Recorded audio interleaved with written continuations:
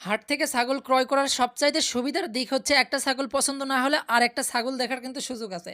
আর খামার থেকে যখন ছাগল ক্রয় করতে যাবেন খামারিরা বলবে এই ছাগলটি বিক্রি করব, ওই ছাগল ছাড়া অন্য ছাগল দেখার সুযোগ থাকলেও অন্য ছাগল আপনি ক্রয় করতে পারবেন না। আসসালামু আলাইকুম। আজ ১৬ জানুয়ারি শুক্রবার, আর শুক্রবার মঙ্গলবার মানে পাঁচবিবিতে ছাগলের হাট। অনেকে জানতে চেয়েছিলেন যে আপনাদের ছাগলের হাট কী বারে। তাদের উদ্দেশ্যে বলতেছি শুক্রবার এবং মঙ্গলবার সকাল ১০টা থেকে বৈকাল ৩টা পর্যন্ত এই হাটে আপনি ছাগল ক্রয় বিক্রয় করতে পারবেন। এই ভিডিও যখন শ্যুট করা হয় সময় তখন ১০টা ২০-৩০ এইরকম ১০:৩০টার দিকে কিন্তু অল্প অল্প শুরু হয়েছে বাজারে এসব আনাগোনা। তবে যদি আপনি চান মঙ্গলবার অথবা শুক্রবারে গিয়ে ছাগলের পাশাপাশি অন্যান্য কিছু ক্রয় হাঁস মুরগি ক্রয় বিক্রয় করবেন, তাহলে যদি ক্রয় করতে চান তাহলে আসবেন ১১টা থেকে ১:৩০টার মধ্যেই।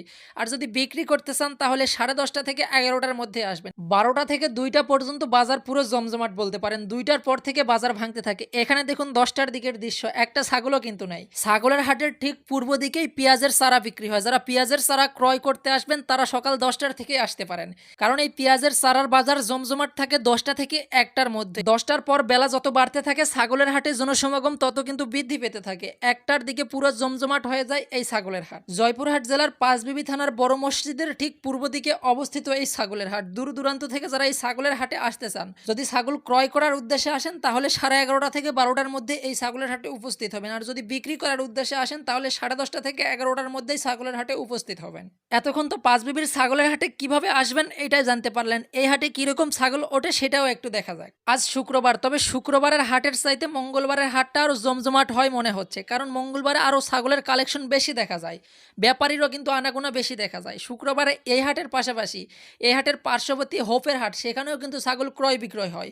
সেখানে কিছু ছাগল এবং ব্যাপারীরা যাওয়ার কারণে এখানে কিন্তু ব্যাপারীর সমাগম কম দেখা যাচ্ছে। তবে যারা শুধুমাত্র ছাগল ক্রয় করতে চান মাংসের জন্য অথবা পালন উপযুক্তি, মেয়ে ছাগল অথবা খাসি ছাগল, পাঠা ছাগল সেরকম ওঠে না, ভেড়াও এখানে ওঠে না, শুধু ছাগল ওঠে পালন উপযোগী এবং মাংসের জন্য ছাগল ক্রয় করতে চাইলে এখানে আসতে পারেন। তবে যারা উন্নত জাতের ছাগল ক্রয় বিক্রয় করতে চাচ্ছেন তারা এই হাটে আসবেন না। এই হাটে সচরাচর সেরকম উন্নত জাতের ছাগল ক্রয় বিক্রয় হয় না বললেই চলে।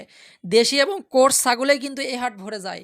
পিওর রাম ছাগল, হরিয়ানা, তোতাপুরি এসব ছাগল যারা ক্রয় বিক্রয় করতে চান তারা এই হাটে আসবেন না। যদি কোর্স ছাগল ক্রয় বিক্রয় করতে চান অথবা ব্ল্যাক বেঙ্গল ছাগল ক্রয় বিক্রয় করতে চান তাহলে আসবেন।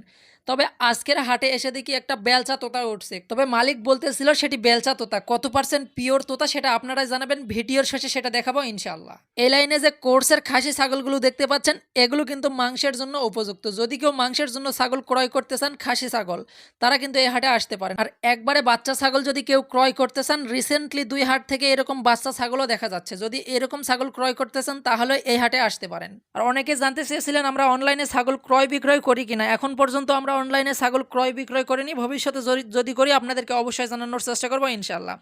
এখন যে ছাগলটি দেখতে পাচ্ছেন এই ছাগলটি মূলত মালিক বলতেছিল এটি বেলচা তোতা। কত পার্সেন্ট তোতাপুরি ছাগল আপনারা কমেন্ট বক্সে জানান। এই ছিল আজকের ভিডিওটি শেয়ার করতে কিন্তু ভুলবেন না। আসসালামু আলাইকুম।